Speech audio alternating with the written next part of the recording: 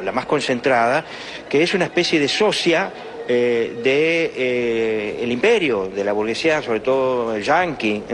Entonces, los planes que implica esta guerra económica son básicamente los que apuntarían a una resolución que sería eliminar el chavismo del ejercicio del poder político.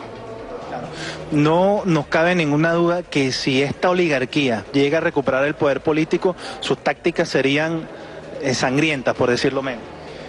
Bueno, en principio va a apelar a todo tipo de medio para acceder de nuevo al poder político del que fuera eyectado por el presidente y comandante Chávez ya desde hace casi 20 años. Lo hace utilizando las instituciones democrático-electorales. Y si no pudiera hacerlo, apelaría, y apela en realidad, a todo tipo de táctica de rebelión, de insurrección, de saboteo, de saqueos, de acoso, de asedio del gobierno, que es acosar, asediar a la propia clase trabajadora, para que ésta se levante en contra del propio gobierno y permitirles a ellos una justificación, si fuera necesario, para intervenir y erradicar del poder político al movimiento chavista. Claro, pero en el hipotético escenario que esta clase económica retomara el poder, ¿cuáles serían las perspectivas que se abren para esa población que ha visto reivindicadas sus demandas sociales? Bueno, lo primero es que toda la legislación social, por ejemplo la ley del trabajo establecida ya en época de Chávez, o de comandante Chávez, eso sería inmediatamente eliminada.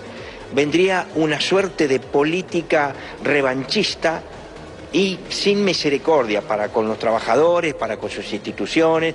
Vendría la persecución, vendría la tortura, vendría el asesinato, ya desde las esferas del poder político y no desde la oposición. Correcto, es decir, que no cabe la ingenuidad de pensar que hubiera algún espacio para el diálogo o para la coexistencia de dos fuerzas encontradas. No. Una vez, fíjense que no quieren conversar ahora con el gobierno, que en este momento con Maduro, menos lo harán si llegan al poder político.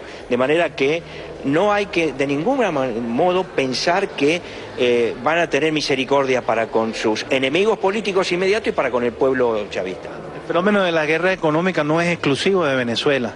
También vemos que Argentina ha sido atacada y ha sido acosada desde el punto de vista económico. Sí, también, en menor magnitud, con menor intensidad, pero también es así, porque en realidad los movimientos progresistas, los movimientos, digamos, de reforma y de redistribución de la renta, no les interesa, no les agrada, no acepta la burguesía mundial y la burguesía de cada país que se redistribuya la renta.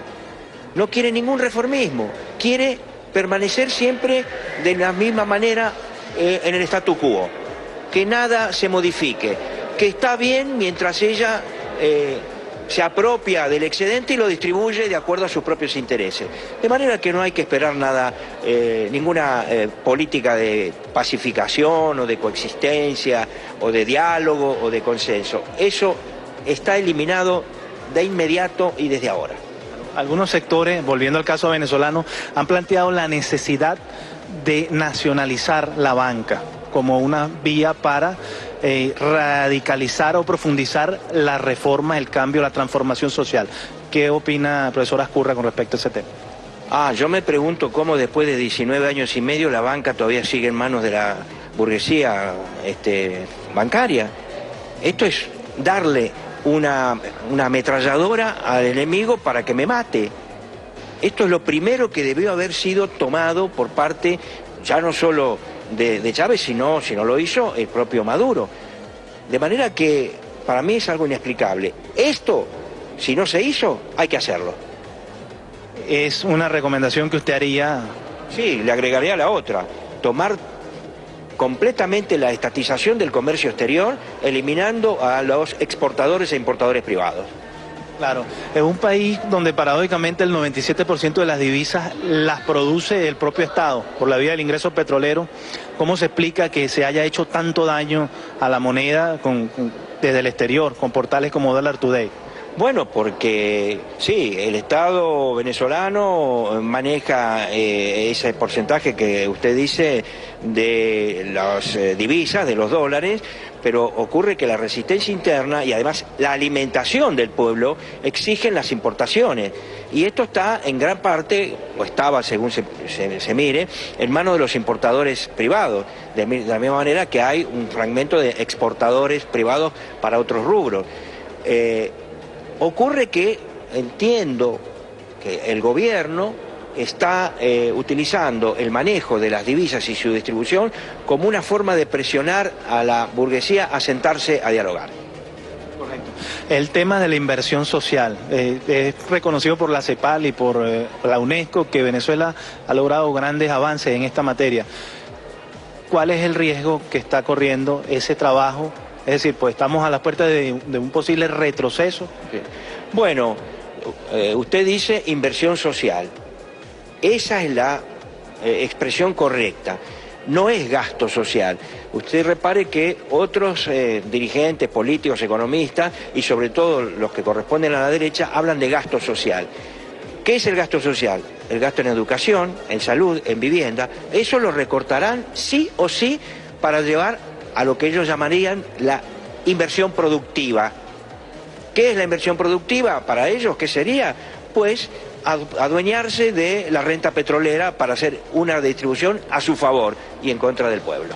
Correcto. ¿Qué papel está llamado a jugar la República Bolivariana de Venezuela en medio de este resurgir de las recetas neoliberales y reorganización de la derecha latinoamericana? Bueno, si mantuviera desde el punto de vista político-diplomático esa resistencia a la restauración y a los planes también restauradores de los Estados Unidos, haría un inmenso aporte a la resistencia de los distintos países que tienen gobiernos progresistas y que, como en el caso de la Argentina, probablemente dentro de 3 años y medio volverá un gobierno progresista en nuestro país y esperemos también en Brasil y en Uruguay. Un mensaje para la población venezolana en medio de esta coyuntura tan compleja que estamos viviendo. Resistir, resistir, resistir. Bueno, el mensaje concreto, claro, de Fernando Ascurra, economista, profesor de Argentina, nos visita y aprovecho la oportunidad, Daniel Córdoba, de conversar con él también que nos dio